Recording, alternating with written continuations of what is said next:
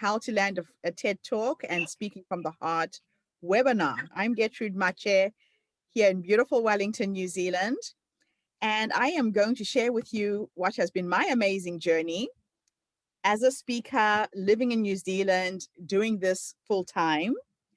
And I'll share with you how I help other women get onto the TED platform and speak. So my focus is on TED.com. When I became a TED speaker, it changed everything for me. It changed the way that people perceive me as a speaker. It changed my speaking fee because once you get on the TED website, you're now speaking to millions of people. Even if there's 5 people in a room, when you do a TED event, when your video goes online on their website, you're speaking to millions. And it pushed up my speaking fee. I was being paid an average of between 3,000 and 5,000 in New Zealand if I speak for an hour. In Australia, it was 5,000 to 7,500 was the maximum. The minute I got on TED, it went up to between 15 and 45,000 US dollars to speak for 1 hour. So that's why I'm really passionate about coaching people to get on TED, because it gives you instant credibility. People look at you differently if you've managed to present in that succinct way and put together your idea worth spreading. So I'm going to ask you to put in the chat your location. Rona, I know you are in Auckland.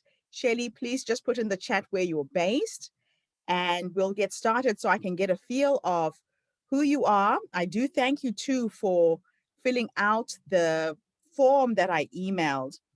The reason why I get people to fill out that form is so that I can deliver appropriate content. Sometimes people have got very specific questions they want answered. I will go through your questions at the end so that you get the most value in terms of coming onto this webinar. So imagine a year from now, your annual salary becomes your monthly salary if you could land a TED Talk. And you've got access to thought leaders, men and women who are demanding to get your attention so that you can speak and add your value to what they do. So during this webinar, I want to share with you the opportunities that have come up for me. I want to help you refine the idea that you have to speak on TED or even offline. And I just want to make sure that you have no distractions. Like I said, we will stop after probably 45 minutes. We'll have an interactive session where I can give you feedback. I can answer your questions before we go on. But the biggest thing I want you to understand is that with COVID-19 right now, we have a massive, massive opportunity as speakers. I was reading the other day a quote that said, the Chinese write the word for crisis with 2 symbols. One symbol stands for danger. The other symbol stands for opportunity. And COVID-19 has given us a magical opportunity in terms of connecting with people online in a very unique way. I think literally everybody in the world is now online, looking to connect, looking for inspiration. And if you can speak or package your ideas and find a way to sell them online, this is one of the most lucrative and most successful times for anybody who's a speaker. I am an events planner, so I have my own speaking platform, which I'll share with you a little bit later. And it was really hard to get people to participate and come into my events. Now, doing all of my events online, my business has completely flourished since we've had to stop and do events on the internet instead of meeting in person. One, because people don't have the cost of flying to another place to attend a conference. They don't have to pay for, hotel bookings and food. Everything can be done at home. And the other thing that I've also noticed is that Facebook is at an all-time low for Facebook advertising. I'm not sure how you heard about the webinar. Please just put in the chat so I find out how you found out about the webinar as well. Was it through Facebook? Was it Instagram? Was it through a friend? Please just let me know so I get a feel of how my marketing is going. But a lot of my ads are coming from Facebook.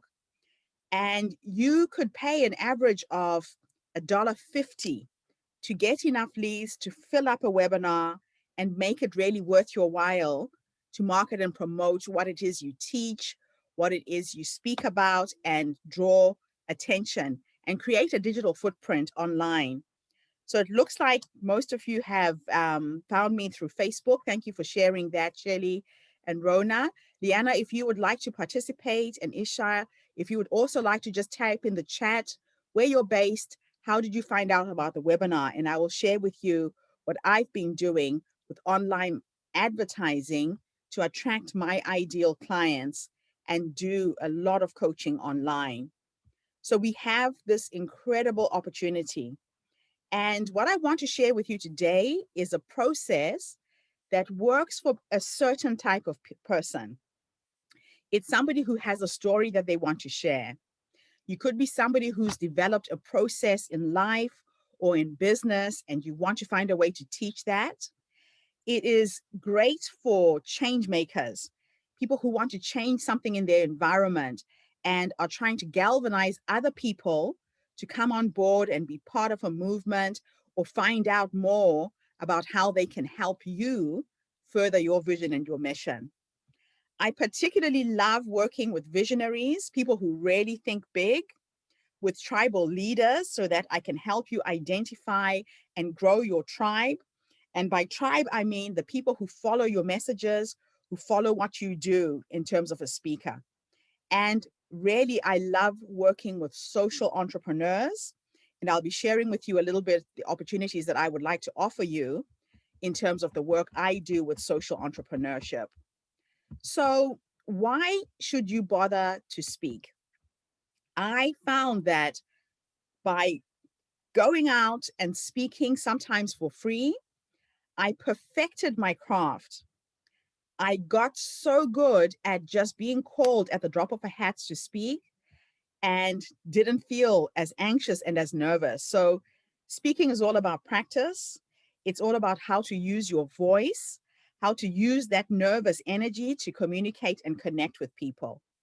And a speaking business can generate a massive passive income for you if you know how to do it. And I'll share a lot about what I do as a speaker in terms of generating a passive income for me.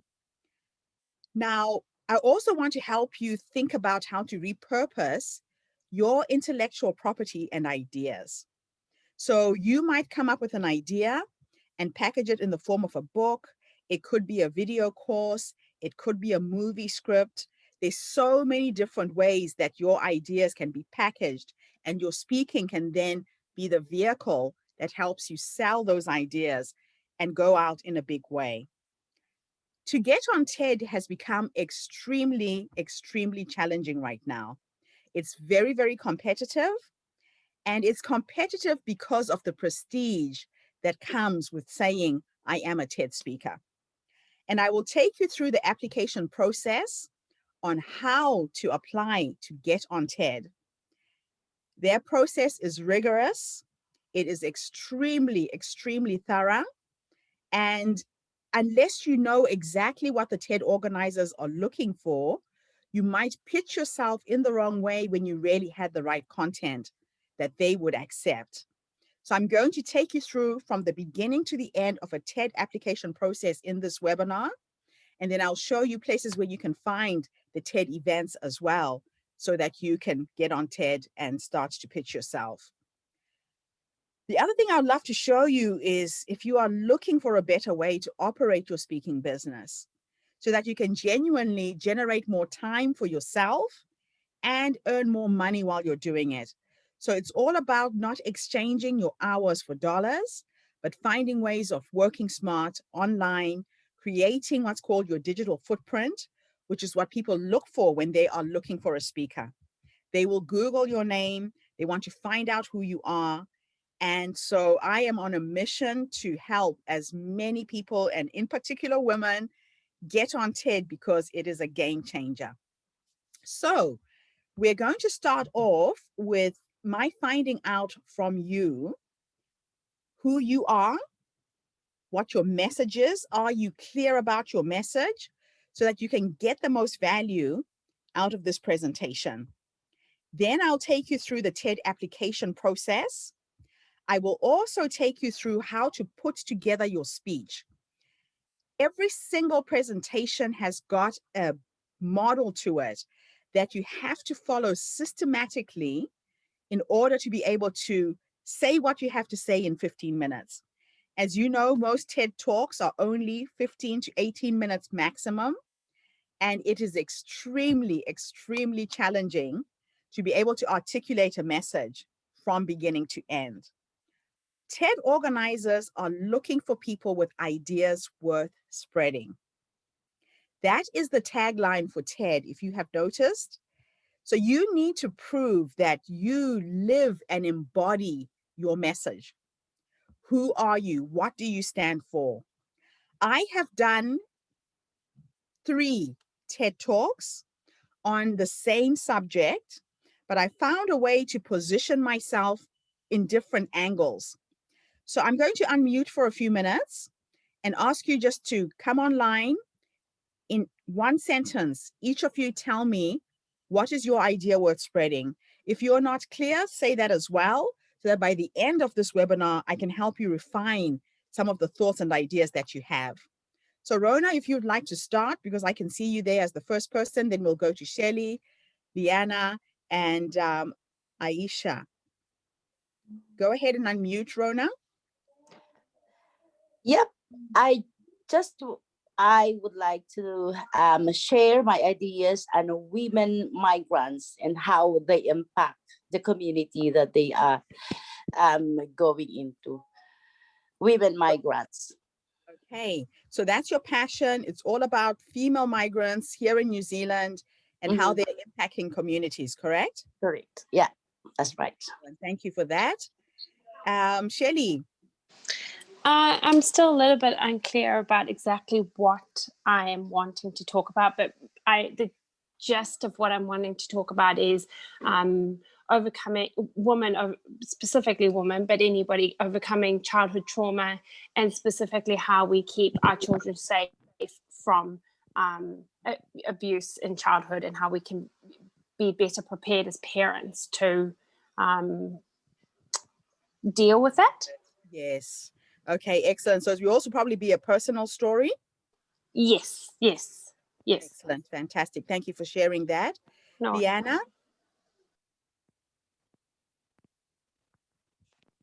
Hey. Hello.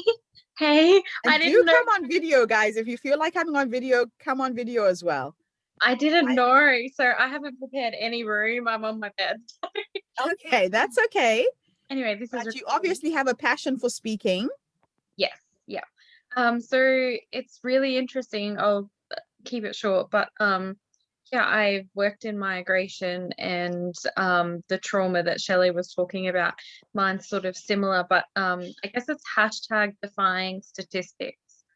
So I've done a lot of research about child trauma, different circumstances where research would say that, I guess it's really negative, you know, that a lot of people would not go on to succeed. So people can deal with that, like Shelley was saying, so that it doesn't impact the rest of a child's life or a person's life. Yeah. So just hashtag defying statistics. I like that. And it's a nice, short, catchy title.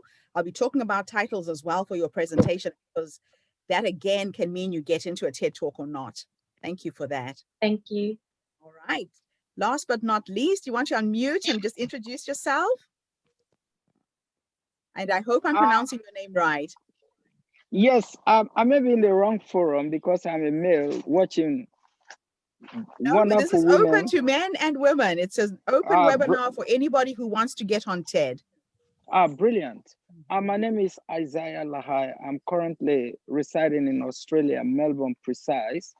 And I've always had passion in public speaking, of which I've had few opportunities here in Australia to go on community outlets speaking about my past experience as a former refugee for 14 years and the life I lived, and also having got a passion to help children, especially vulnerable children, and working as a philanthropist, building schools in Africa.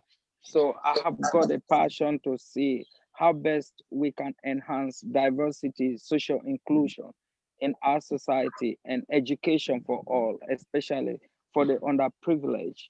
So I'm yet in between thinking, how can I coin my talking to really reflect the need of my passion in helping vulnerable children? Hey, well, you and I share something in common. I'm from Zimbabwe. Which country are you from? I'm from Sierra Leone. Sierra Leone. Thank you. Thank you for sharing that. Yeah, so again, with TED, people who have ideas like yours that change the world, that make a difference to others, are always going to be invited to come and speak. It's how do you come up with an idea that somebody else can listen to you speak and they find a way that they can do something easily. And hence the word ideas worth spreading. So I want all of you guys to have that in the foreground of your mind. I'll share with you what is my story and what I stand for. So when I moved to New Zealand 20 years ago, this is my second pandemic. My vision and my passion was to share the story of the AIDS pandemic in Zimbabwe. My family was affected in a very, very big way. My grandmother had 11 children, 34 grandchildren. 19 of my first cousins died of HIV-related diseases. So that became the story that I hooked my TED Talk on. It was a personal experience where I was talking about it firsthand. And I encourage all of you to go back to something personal, because then it is believable. You are an authority of whatever experience you've gone through. So Rona, you said you're talking about migrant women. You came here from the Philippines. Isaiah, the same thing. You came from Sierra Leone. You were a refugee. So center and hook your entire presentation on your personal story. It gives you credibility immediately. It makes it believable that whatever it is you're trying to share, you've lived it, you've embodied it, this is something you've experienced, and now you're trying to find a solution to make things better for others who might be in the same position similar to yours.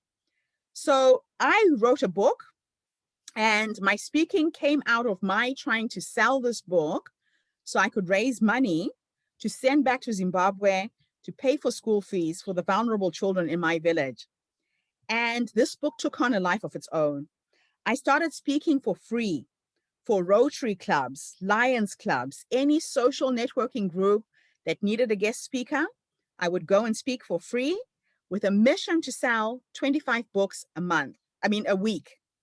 I was selling 100 copies of my book every single month at $35. And I generated $3,500 every month without fail that I sent to Zimbabwe. And I ended up setting up a foundation, a nonprofit. And in the last 20 years, I have supported and helped over 550 children from my village, from my community. So I wrapped my story in an African philosophy called Ubuntu. Ubuntu literally translated means a person is a person through other people. So I told my personal story and I represented the philosophy by sharing little stories of the people that I've met through my travels, the people who helped me when I got to New Zealand, the strangers that smiled at me in a supermarket. And that has become my message. And now I'm telling the same story, but from different perspectives, explaining what Ubuntu is in leadership, Ubuntu in communities, Ubuntu in the home. So when you start to position yourself, you have to make yourself an authority on that subject. So that becomes the thing that you're known for. You have to make sure that every time you go and give a speech, you have your phone, give it to the person who's sitting in the front row, ask them to record you speaking so you have videos. Your video footage, you create a YouTube channel and you upload those videos to your YouTube channel and you start to share them. When TED organizers are looking for speakers, that's where they make their decisions. They want to see you speak. If you're going to be a speaker, you have to be visible, and you have to be visible online. And that's what's called creating a digital footprint of who you are. Now, another little exercise I want you to do. All of you just go onto Google right now on your computers, type in my name, and see how many references you find to the name Gertrude Mache. Make sure that you spell it as Getrude, not Gertrude. And just type in the chat how many references, how many times does my name show up in Google. Just do that quickly and just type in the chat there. And then I want you to go into Google Images and do the same thing.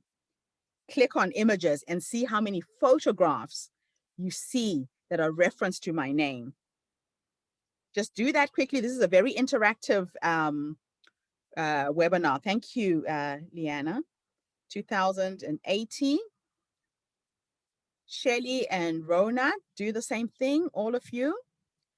So what I did is I deliberately created my digital footprint by uploading thousands, hundreds of videos. Even if I was talking for 2 minutes, for 5 minutes, I was uploading them to YouTube. If I'm invited to speak at an event, again, I would do the same thing. The reason why you're seeing so many pictures of me online is because when I'm invited to do a podcast or a webinar, or somebody invites me to speak at a conference, I make sure that the photograph I email them, because they normally ask you for your bio and a photo. You have to rename your photographs with your name. Because when somebody types into Google searching for you, search engines can only see words and not pictures. So if you haven't put your name on your pictures, you can't be found. You're not visible. So I just wanted you to have that little exercise so that you can see. Leanna has found over 200 images of Gertrude Mache. So I did that very deliberately so that I would show up in the Google search engines. And when the TED organizers are looking for speakers, this is how they find you. So I became really passionate about helping other people to speak. I created my own speaking platform called Her Story. And for the last 2 years, that's what I've been doing full time, speaking for universities, on the internet, flying all over the world, and it has been incredible. So my next question for you is this. If I was to ask you who your target market is, who would you say that is? Who is your speech for? Again, just type it in the chat. Who's your target market? I'll tell you who the target market for my speech. I target women over the age of 50. One, because they're very decisive when it comes to being coached.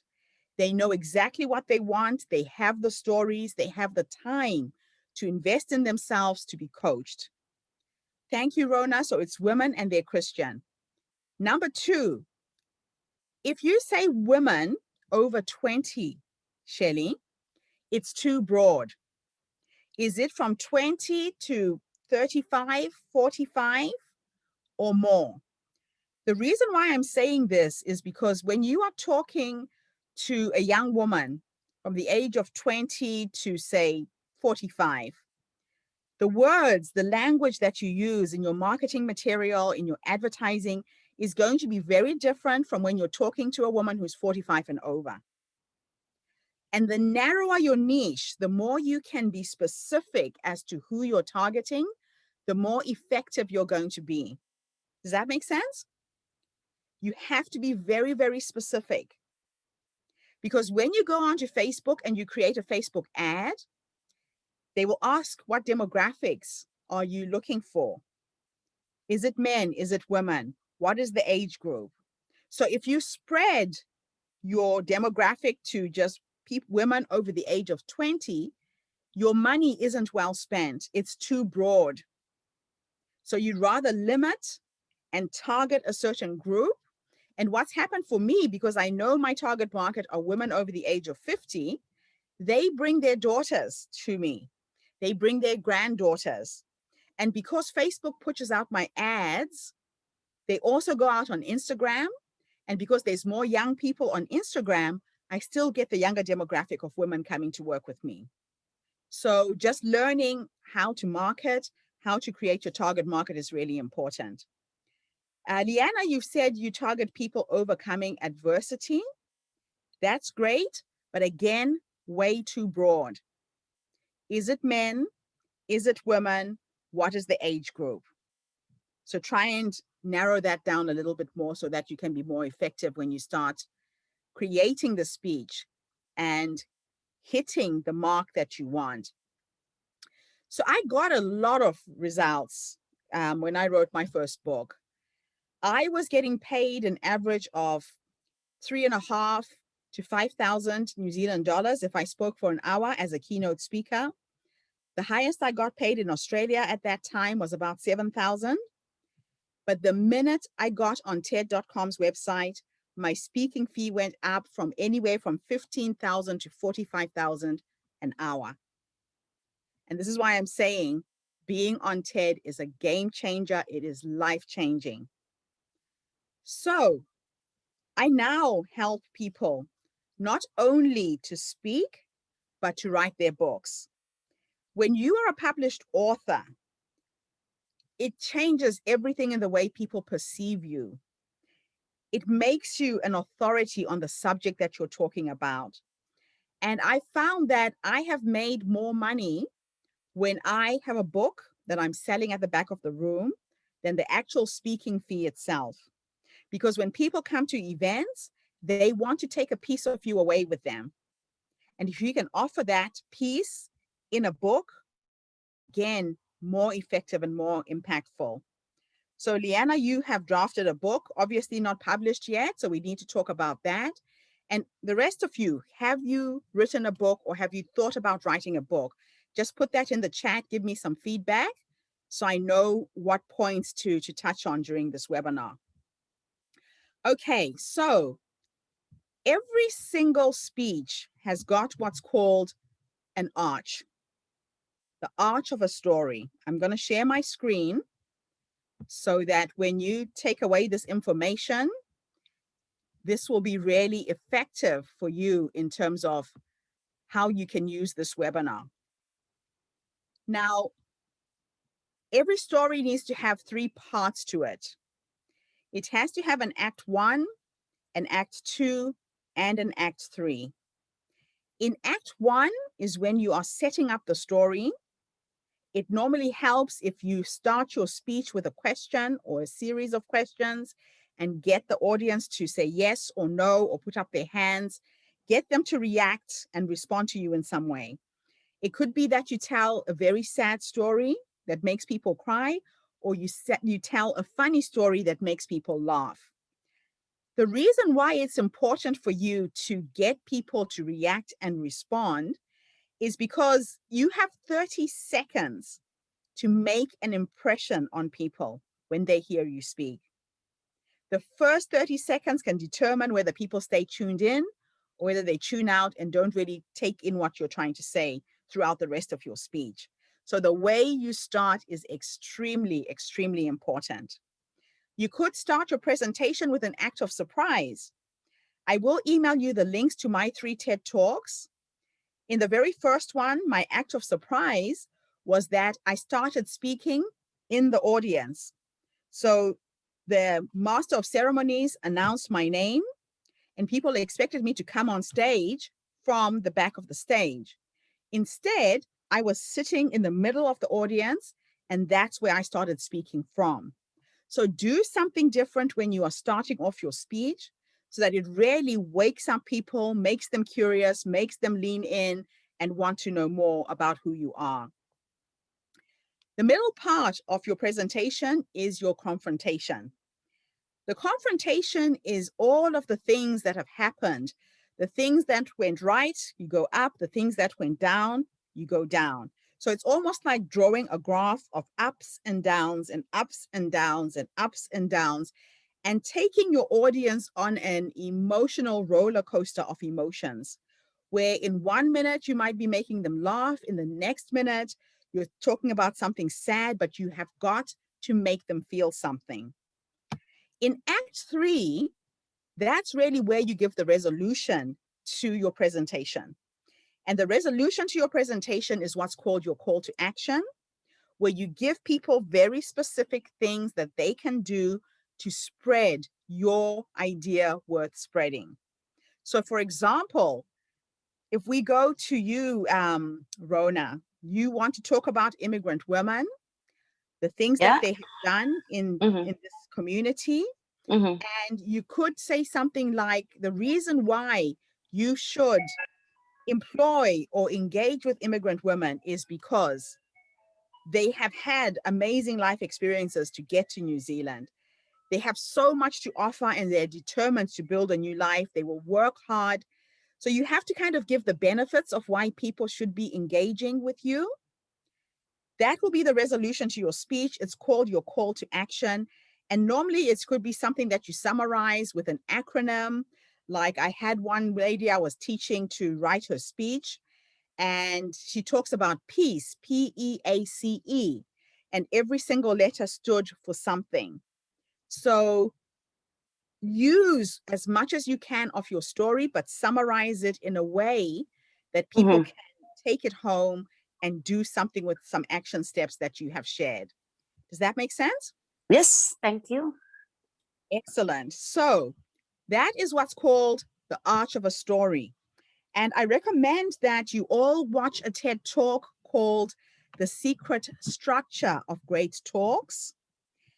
This is a speech that was done by a researcher, and she had done research on the best speeches in the world, from Martin Luther King to Gandhi to Barack Obama, Nelson Mandela. She actually mapped out the reason why their speeches are so good. And it maps out like a graph where you start to talk about what is, the current situation that people are in, and then you take them up to the dream. So if you listen to Martin Luther King's I Have a Dream speech, he's constantly referring to the condition of African-American people at that time in the 50s and 60s, and the dream and the vision that he had of what America could be for African-American people. And then he takes you in terms of what the dream is all about, and he brings you down to the conditions that African-American people were experiencing at that time of racism. So there is a rhythm to every single speech that has ever been written, and it can be mapped out as a graph with ups and downs, across, up, down, across, up, down, across. I live and breathe TED. I watch at least 3 TED Talks a day, one in the morning, sometime in the afternoon, sometimes in the evening before I sleep. I do it for research so that when I'm coaching my clients, if somebody came to me and they have a particular idea, I can point them to watch other TED Talks that have similar content so they can see how other presenters have done it. And you use it as a source of inspiration as well, so that when you're crafting your own speech, don't try and reinvent the wheel. See what others have done and do it even better. So if you haven't been watching TED Talks, I highly, highly recommend that you make this a daily practice and you really get to know what is out there and how other people are presenting as well. So now I want to take you through the TED Talk application process.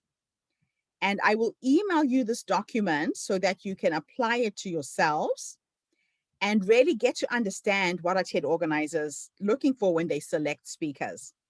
They'll ask you your name, your age. They ask for your online presence. Now, if you are on Facebook, if you are on Instagram, if you are on Twitter, if you are on YouTube, make sure that you share those links, but only share the links where you are active.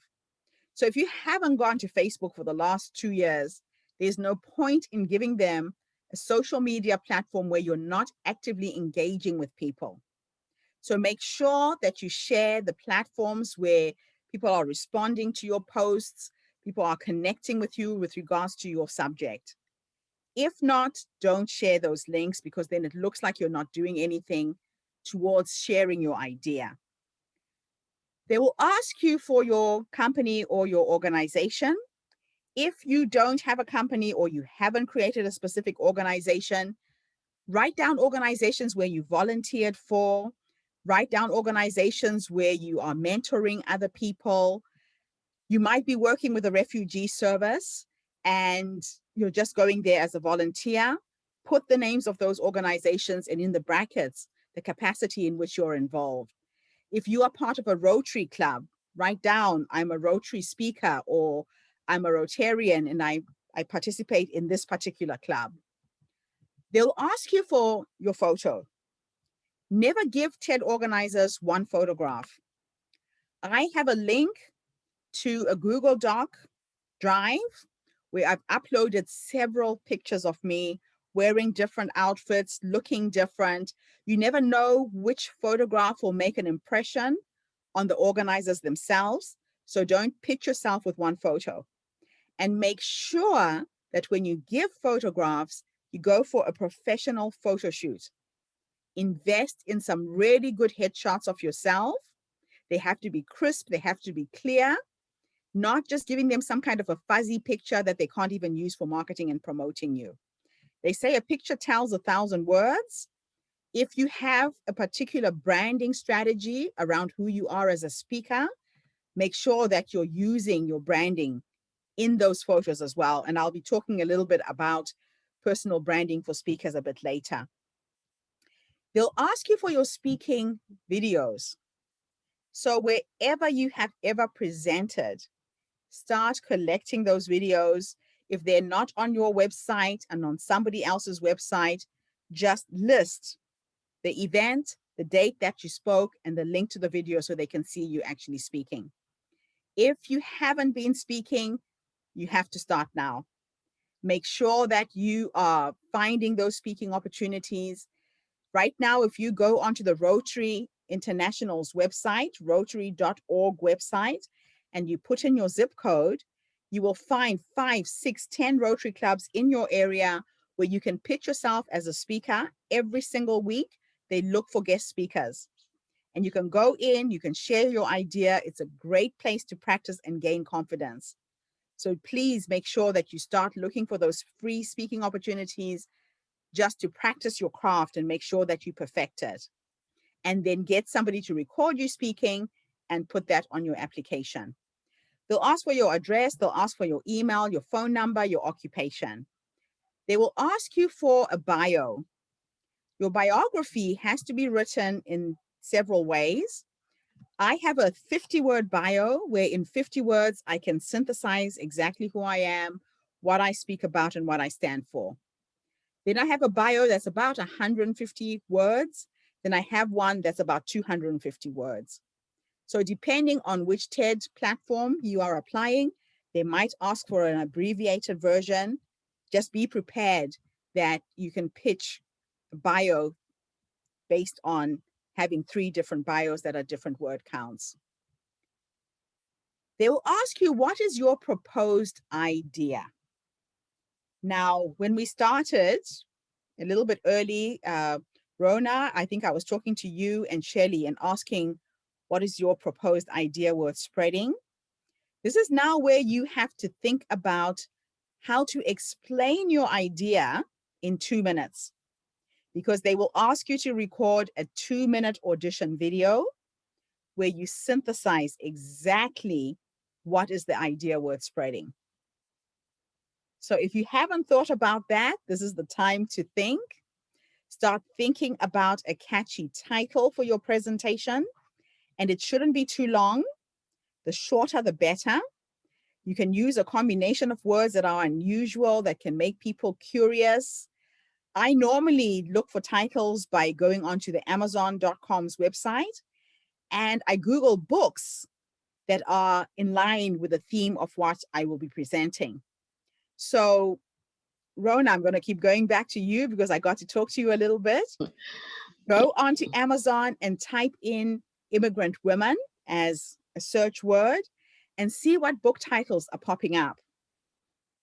Book titles are great because people who write books take a lot of time and thought in crafting those books, and you could find a combination of words that could work for your presentation as well.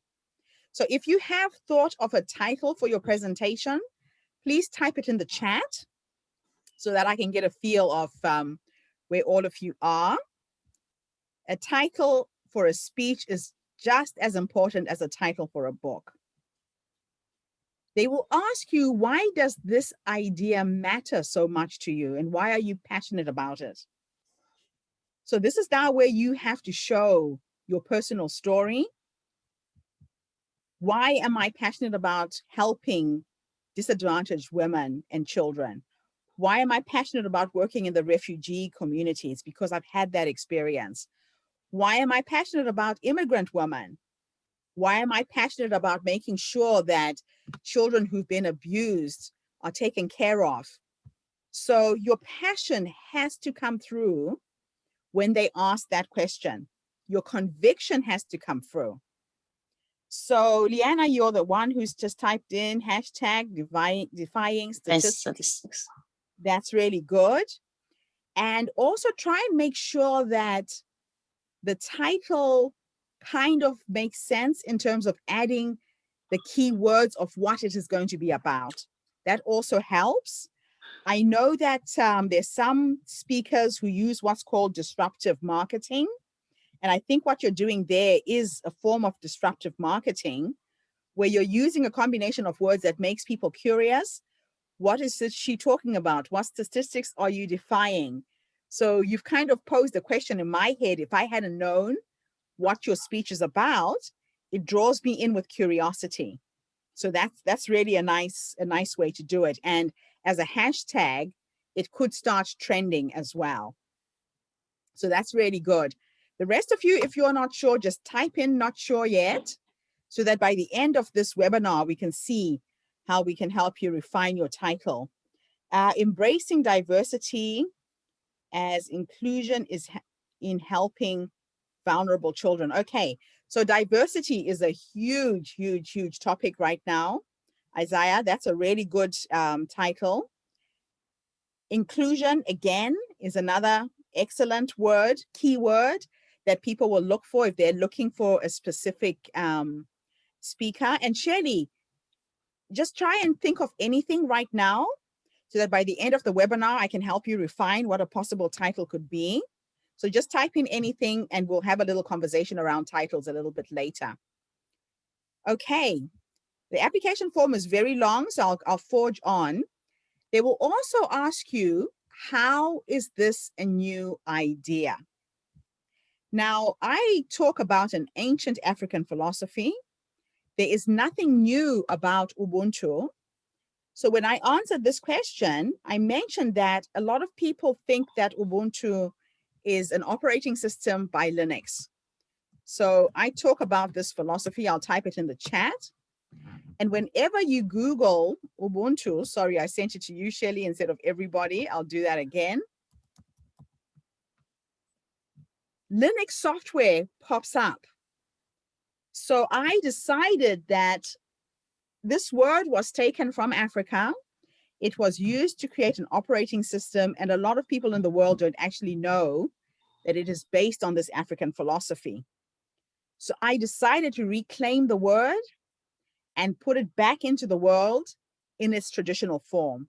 So when I was answering that question, I said, my idea is not new. What is new is that I want to bring to the mainstream the true meaning of the word Ubuntu as an African philosophy. I also say that because Africa is the cradle of humanity and its philosophies can serve the whole of humanity if people could learn from what Africa has got to teach as well. They ask for the proposed title. I think I've already said that. And then they ask you for the outline of your talk. They want to know what is going to be in the beginning, what is going to be in the middle, and what's going to be in the end. So you remember when I talked about the 3 parts of a story? This is where you just synthesize. I'm going to start off by telling a small personal story. In my second TED Talk, I started that presentation talking about a little story of how I became an activist at the age of 17 during the AIDS pandemic. World Health flew into our village in a helicopter And they were dropping flyers and free condoms to people who could not read. And I watched the parents running and catching the papers, looking at the cartoon characters. The next minute, they were using the paper to light their fires. I watched the children blowing up the condoms and running around the village with balloons. And then they would run these workshops in English to explain how the AIDS virus was spreading. And they would take a broomstick and put a condom on the broomstick and say, this is how you prevent AIDS. Within 2-3 weeks, every single household had a condom with a broomstick behind the door. So I start my presentation with a funny story of what made me become an activist and decide to create a play and start conscientizing and educating my community about the spread of AIDS. So again, draw on your personal stories. It's really important.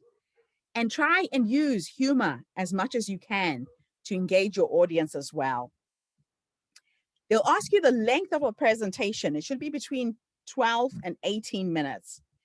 Please make sure that when you're preparing for a TED Talk, you do not go over 12 minutes when you're preparing.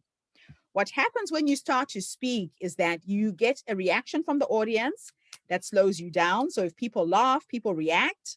You have to factor in that time. The other thing is when you're nervous, sometimes you might speak for too long. If your speech goes over 18 minutes, it will not see the light of day. It doesn't get onto the TED.com website. So I always prepare my clients to do a 12-minute presentation, knowing that with the pauses, with the reaction from the audience, it will stretch to 15. And the other reason why you don't want it to be too long is because people's attention span is not very good online. People won't watch a very long speech, but they will watch a short one. So the shorter and more succinct your speech is, the more effective you are going to be as well as a speaker. So just bear that in mind. All right, then the next thing they'll ask you to do is to submit a 2-minute video. And I just explained that, and I will be sharing with you this document so you get access to mine. And then they ask, what are the implications of your idea? Put in another way, what will or will not happen if people don't know about your idea and how it will impact the world? And this is where you go to your call to action, where you say that if my idea could spread, I have developed 3 simple steps that can help an organization with diversity and inclusion and the importance of that, for example. Or Rona, you could say, I have identified the value that immigrant women bring to organizations. And then again, you iterate your 3 values that you have identified. So that's what they want to know. They want to know the summary of your speech at that point. They'll also ask, how has the nominee impacted the world? So this is where you have to list every single organization you've ever been involved in, every volunteer thing you've done. I even list that I have impacted the world by being the mother of 3 amazing children. I talk about my children's ages. I talk about having published my books, the companies that I founded, the different nonprofit organizations that I have supported in the last 20 years. The next question is, why are you the right person to speak on this topic? Isaiah, you can say, because I have been a refugee. Rona, you can say, because I'm an immigrant woman living in a foreign country. I came from the Philippines. Liana and Shirley, you could also mention that abuse and trauma in childhood has been part of my story. So again, they're trying to see, why are you an authority on that subject? Why should you be speaking about it? I'm almost finished. It's a very long application. The next thing they will ask is, what do you want the audience's initial takeaway to be? Or how will your talk impact the audience? So the takeaway, like I said, is you could finish your speech with, there are 3 simple steps that people can follow in order to implement my idea. So get really clear how you're going to finish off your speech. because that's what's called your call to action. And they want to know that you've really thought through step by step how you're going to impact on people's lives.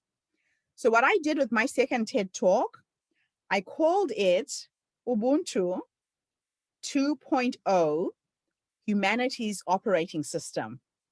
So I used the technical IT jargon in computers because Ubuntu is an operating system. I'm saying that my African philosophy is a humanities operating system. And my take home at the end of my speech was 3 things people can do to install my Ubuntu philosophy. And it's number 1, put your family first. It's what you do at home that matters. Number 2, put your community next. And number 3, make a difference somewhere else in the world. So I had 3 very specific things that people can do to implement my idea worth spreading. They also asked, what are the areas of importance to you? Your childhood towns, your family's location, your frequent travel spots, the university or college town where you were educated. They want to kind of know where you've been in the world. So even if you've gone on holiday, specify all of those places you've been. They ask a very quirky question. Name one fun fact about you. I'm going to ask all of you to type it in the chat. What is one thing that is funny about you?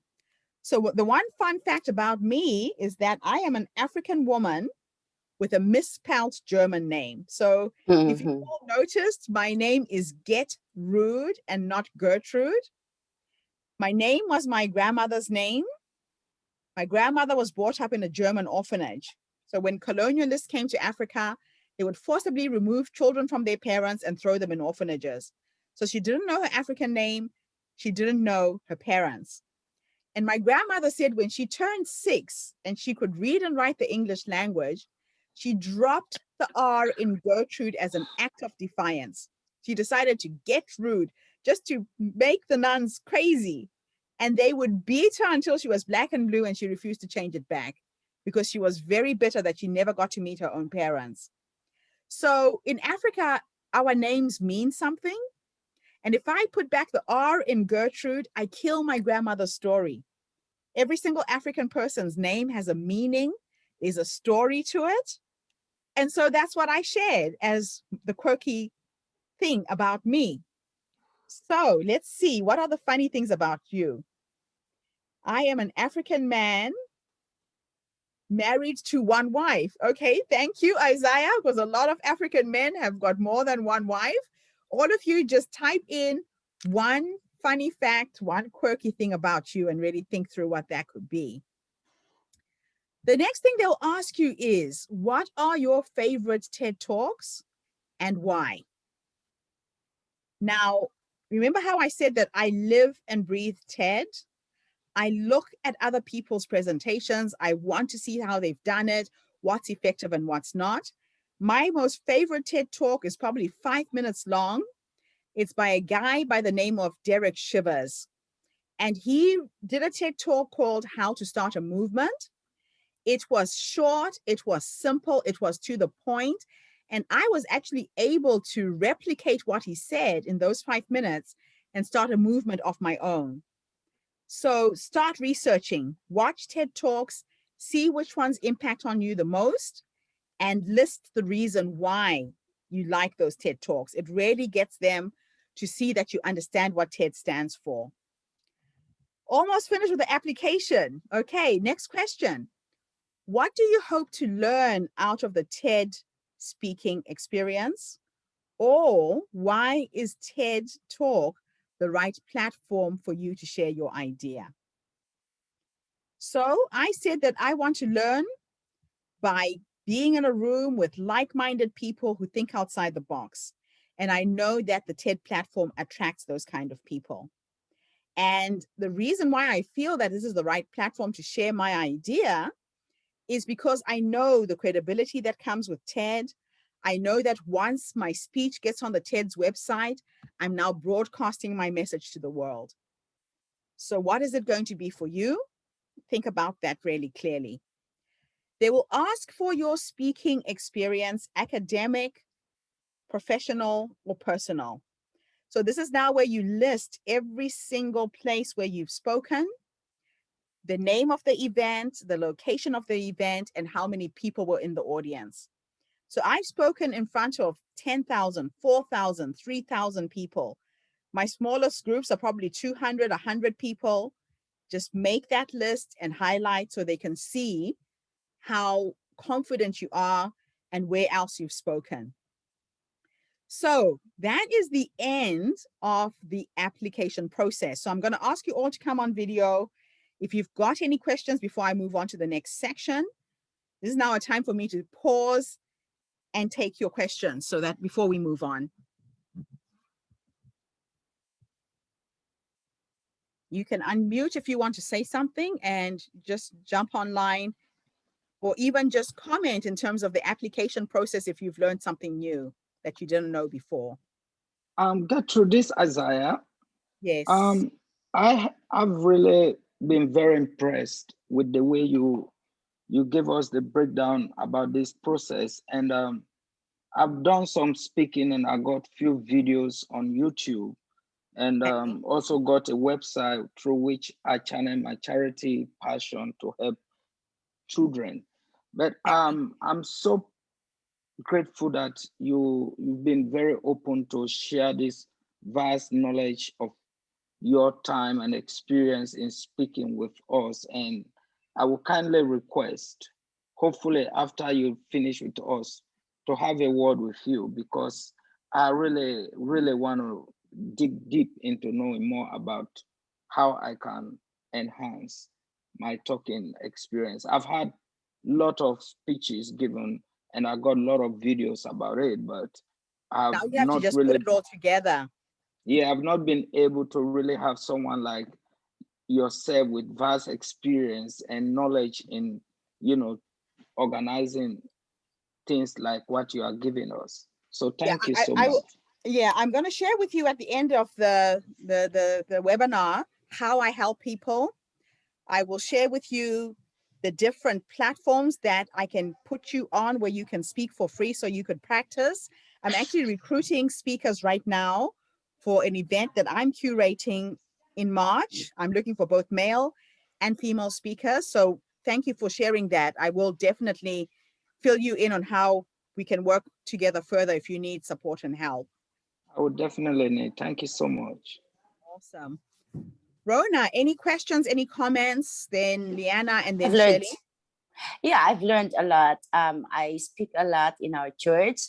I do communion messages and inspire women because I do have lots of experiences in how we as migrants and me as a person, as a wife, as a mom has helped through our journey here in New Zealand. And I'm trying to look into a platform where I could encourage, inspire women who are going through the process or the journey of migrating.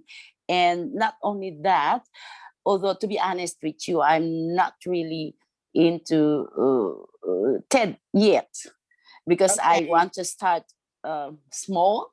And I thought that, and I believe and I know that through these webinars, I'll go from where the Lord might lead me to TED or wherever.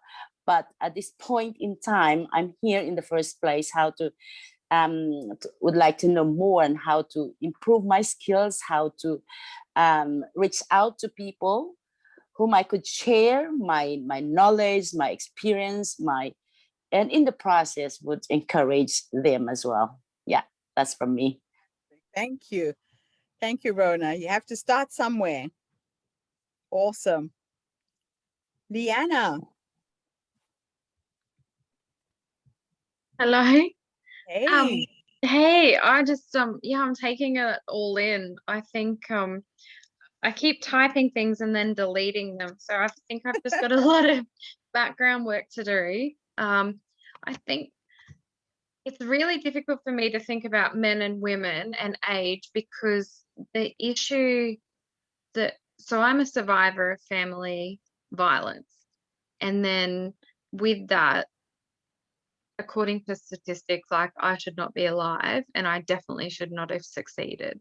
And through the sheer determination and faith, my father's been sober for 26 years now, even though he was an abusive alcoholic on and off till I was 10, it still has impacted. And through my studies and psychology, that shows that it's going to impact through life.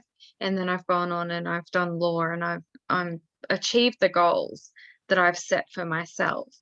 And now, just last year, I ran in a state election, not to win, but just to say lay people can step up, lay people can speak. And now that I've done everything I really wanted to do, I just really want to leave a legacy and be like all these people overcoming adversity or being in these struggles. The superpower is choice.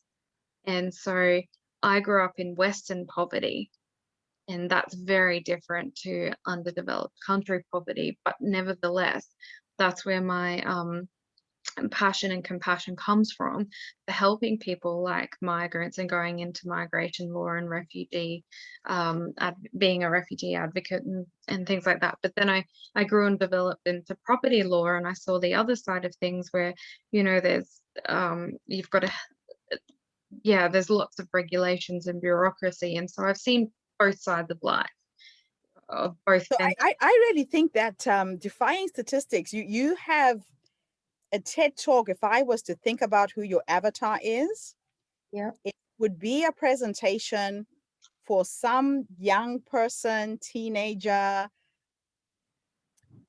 I would say from 18 to say 35, who's trying to figure out how to get out of a hole that they're in because they're born in these circumstances that could define the rest of their lives. And I would center my speech, if I were you, around what you did to make those choices, because there's something very specific you were able to do that got you to this point. Yeah. Some people get defined by their stories. They get defined by the circumstances in which they're born. Yeah. When I think about your story and mine, I grew up in a very, very loving home. Everything that a child could ask for was given to me by my mother and my father. What I didn't have was wealth. I grew up in a village with no electricity, no running water, born on a grass mat on the eastern highlands of Zimbabwe and Mozambique. The thing that got me here is that my parents instilled the value of education in me.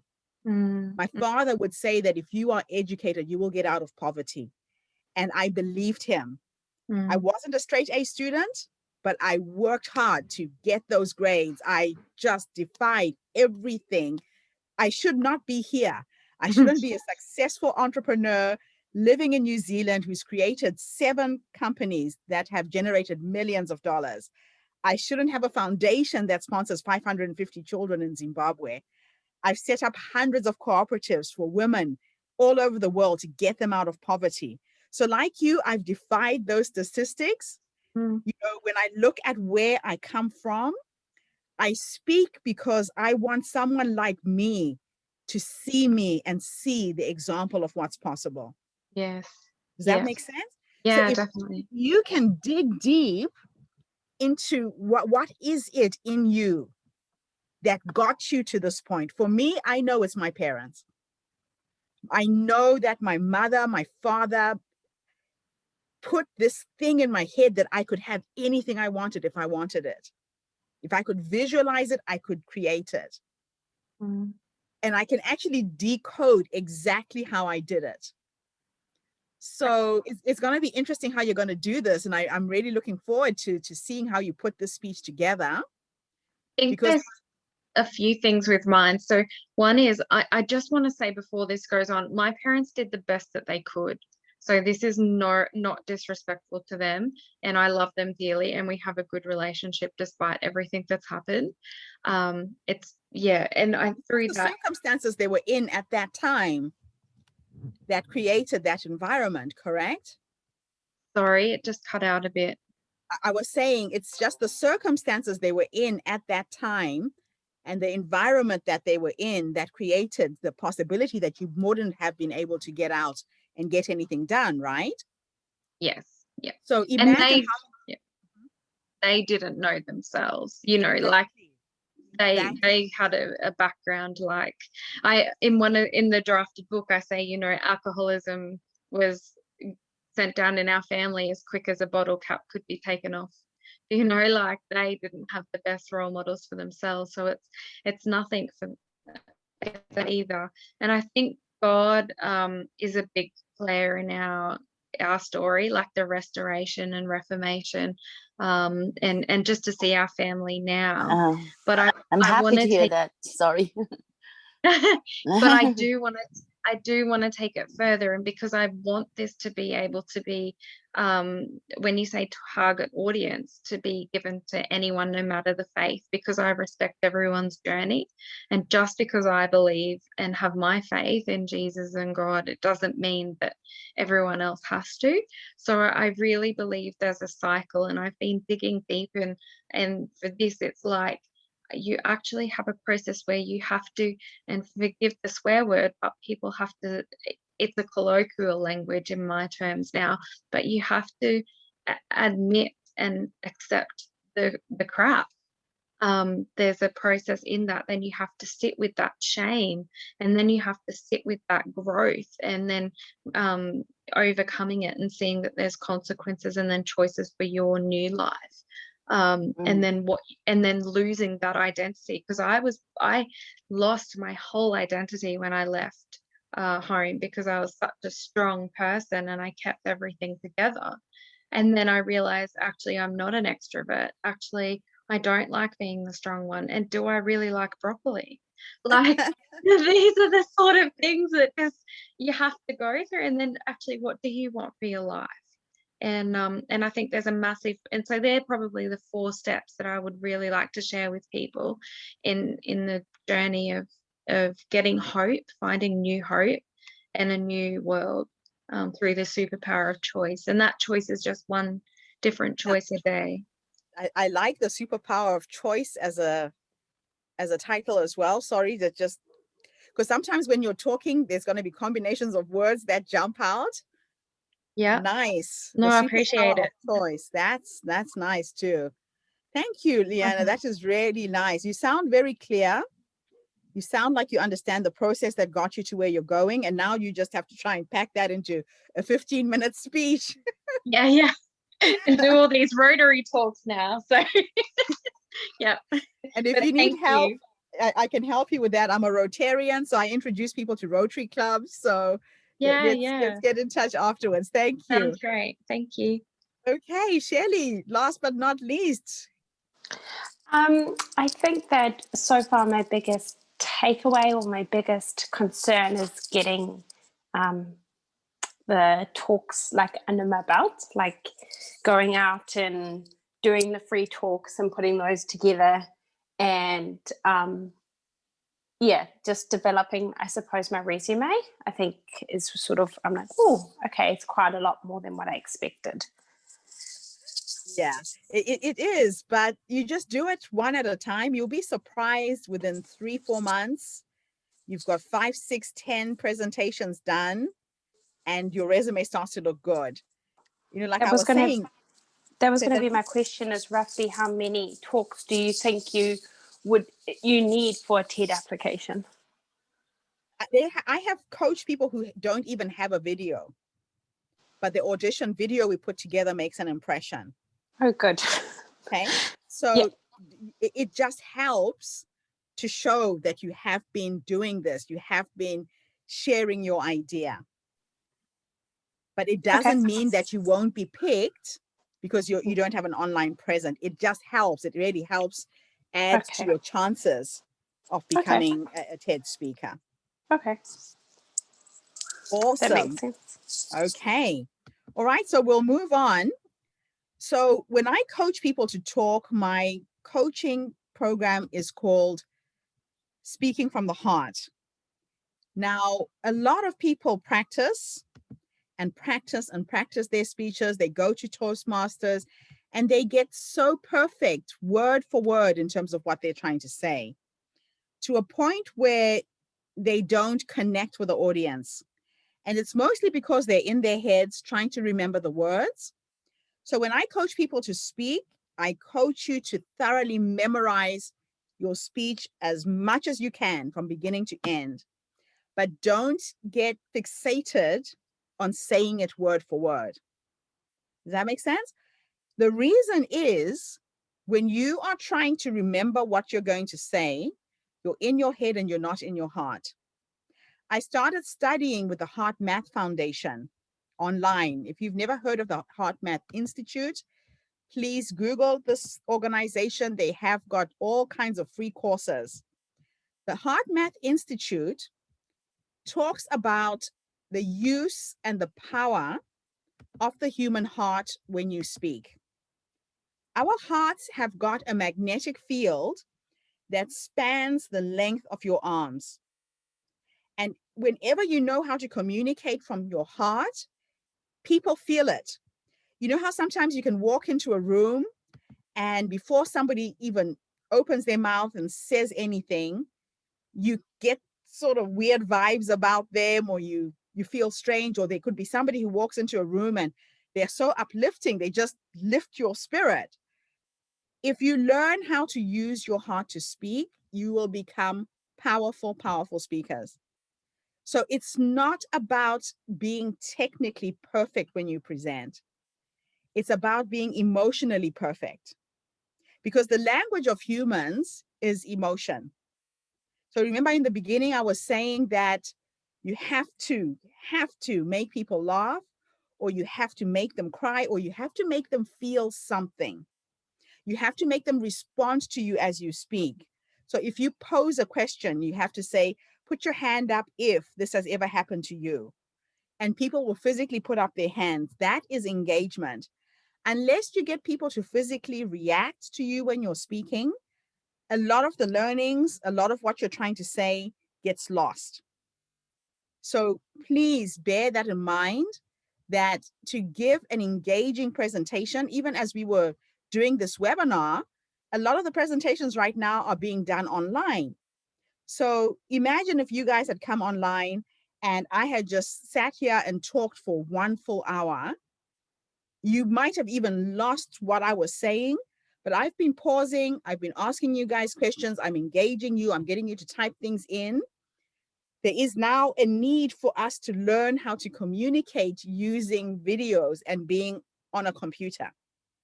It's frustrating because you don't get an audience reaction. Right now, all of you are not on video, so I don't even know whether you're smiling or laughing or bored or asleep. So when you are communicating online, you've got to engage people. Otherwise, you kind of feel like you're not getting through. Feel free to move your hands. I use my hands a lot, even when I'm speaking in person. Do that because the energy comes through to people, even if it is on video. Most TED events right now are happening online, the ones that are overseas. I think New Zealand is probably the only country where people are having TED events in person. So please make sure that you use your whole body to speak. That is crucial, whether you're speaking in person or whether you're not. Your physiology communicates a message. The movement of your hands shows your conviction. So don't just stand straight and still. Use your whole body to communicate as well. That's really important. And I've been doing a lot of training with people who are used to speaking in front of people and are now having to train to speak to people on an online platform instead. So we're going to finish off with a few things before we go. I'm going to share with you how I work with people like I promised. I want to share with you how you can come and find some free speaking opportunities through my organization and what I do. And the opportunities that are coming this year are literally going to be putting people on a global map, because I'm turning my speaking platform into a platform very similar to TED, where it's going to be competitive. People are going to come from all over the world and come to New Zealand to be part of a reality TV show that is based on a platform called Her Story. So my coaching packages are as follows. I'll just go onto my website and share my screen.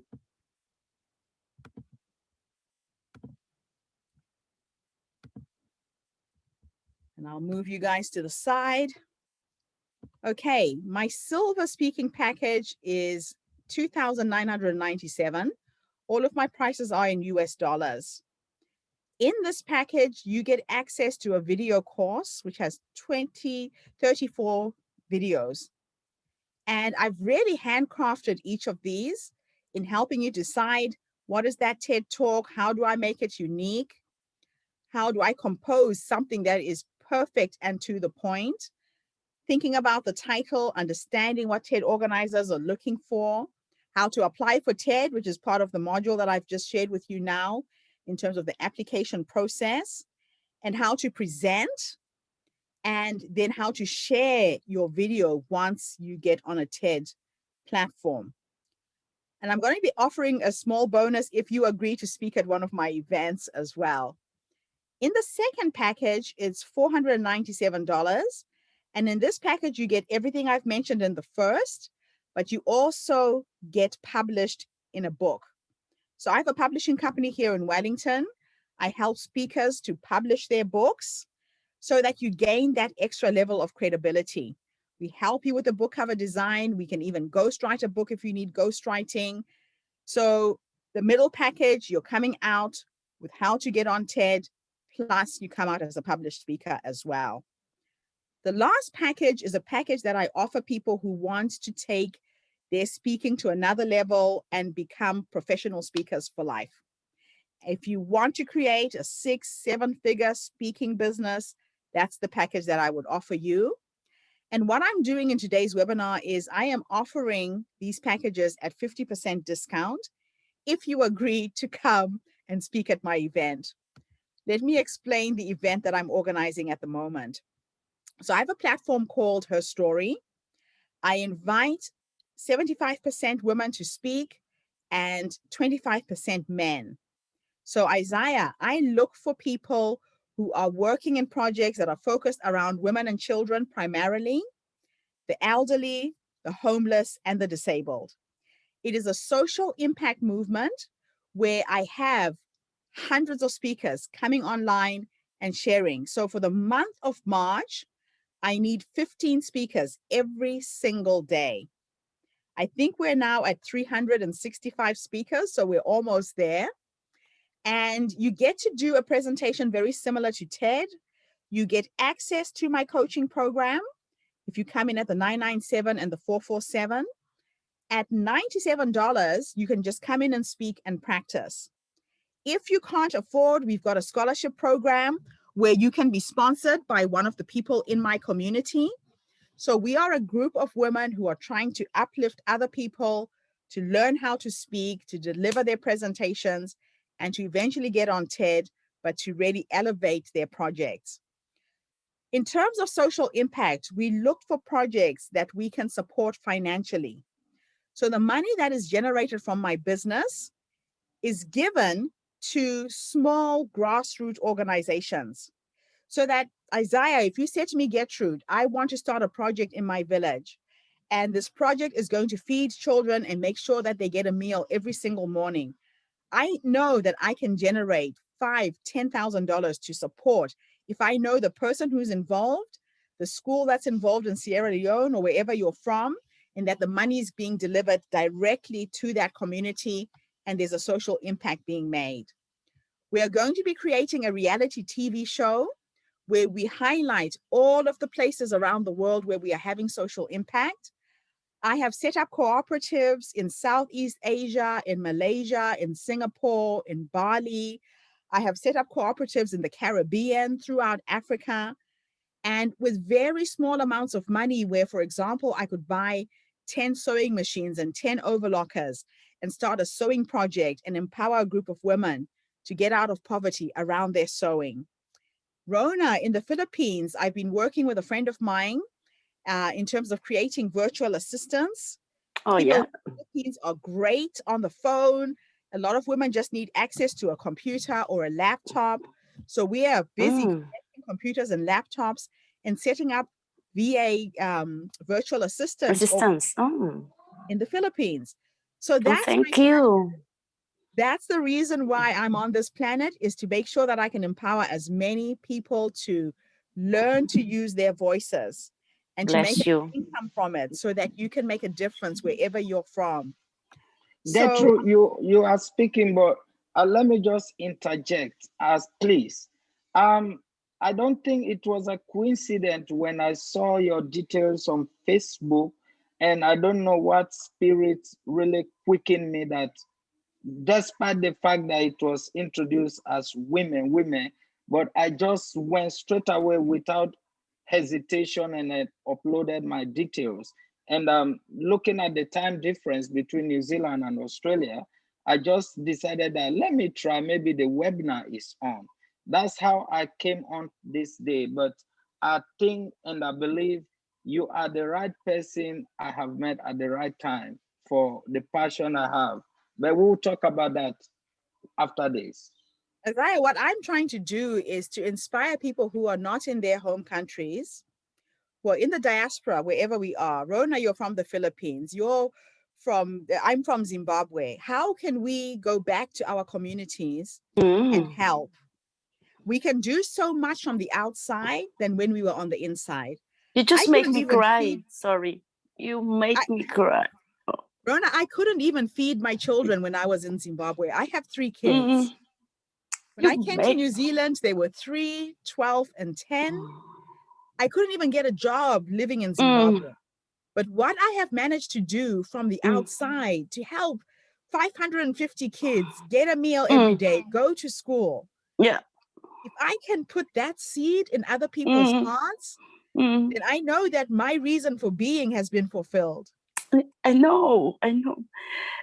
My journey here is New Zealand was not really that good, but by God's grace, we just arrived 3 months upon our arrival. My husband had a heart attack. I'm supposed to do my PhD in AUT, and I had plans, but unfortunately, it did not come through because my husband had a heart attack with 4 children with me.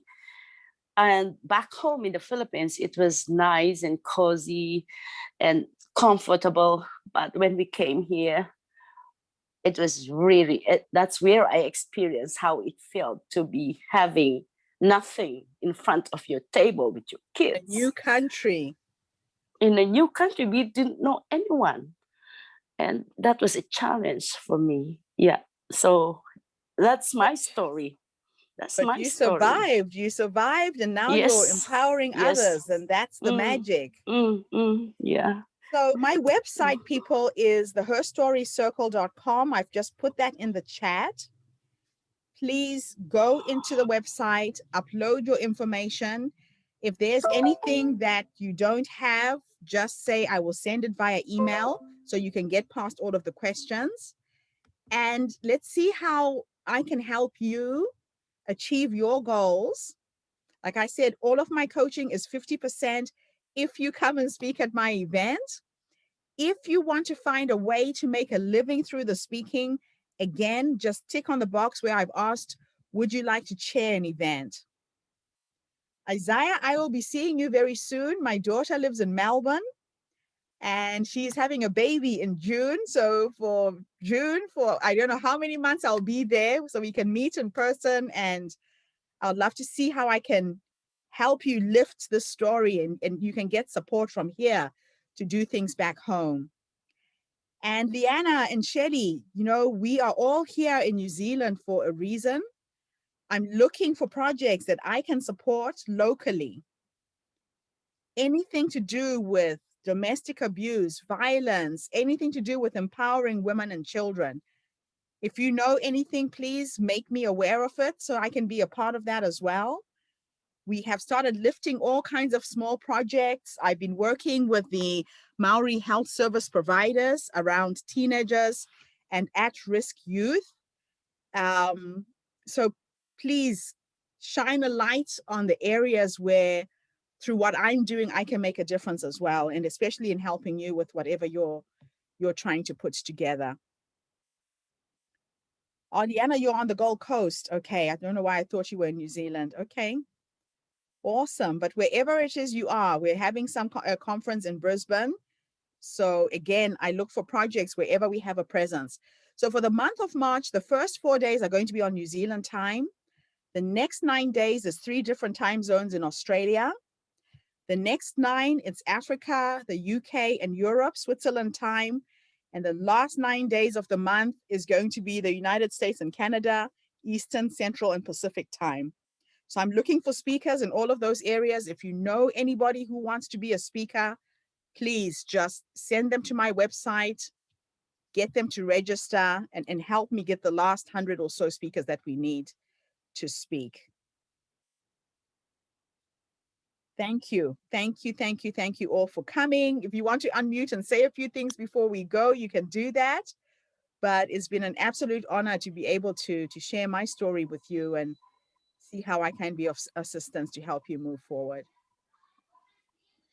Well, being the only male on this platform today, I want to say thank you to all of you. I absolutely appreciate and honor the knowledge and passion of women impacting and changing the world. As a father of 4 girls and a brother to a sister living with a disability, I've always desired to motivate and promote the ideas and strength of women to change the world. And I've seen that in many instances in my life. And Gertrude, it is a privilege for me to be able to get in touch with a passionate and word-driven woman like you. And I hope and pray that I will become a child for you to nurture and train, because I have a dream and I want to share that dream with the world before I die. And thank you so much for giving me this opportunity to be here. God bless. Absolute honor. Thank you so much, Isaiah. Thank you, everybody. And thank you, Rona. Thank you, Liana. Thank you, Thank Shelly. you. Thank you Just very much. Yeah, go thank on you. my website and register, please. I need more New Zealand speakers and people in Thank you. Australia, same thing. We need to make sure that we have a successful conference and we have social impact wherever we have these events. So we go under become a speaker, right? Yes, just click on become a speaker. It will ask you to upload your photo, your bio, and wherever there's a section where you don't have any content, just say, I will email it later. Otherwise, it won't let you finish the registration. Okay, thank you. Thank Is you this- so much. God is this bless Thank you, you. everybody. Is this the Good brief evening. bio? Uh, The long one. Yes, no, you can just give me the brief one for now. If I need more information, I'll tell you. All right. Thank you. Okay, thanks everything. everyone. I love what you're Thank you. doing. Thank you. Bye. Bye. Bye. Thank you. Bye-bye. I have sent you some information on Facebook already. Oh, thank you, Isaiah. I'll look that up, and I'm Yeah. very, very serious about helping you. Yes.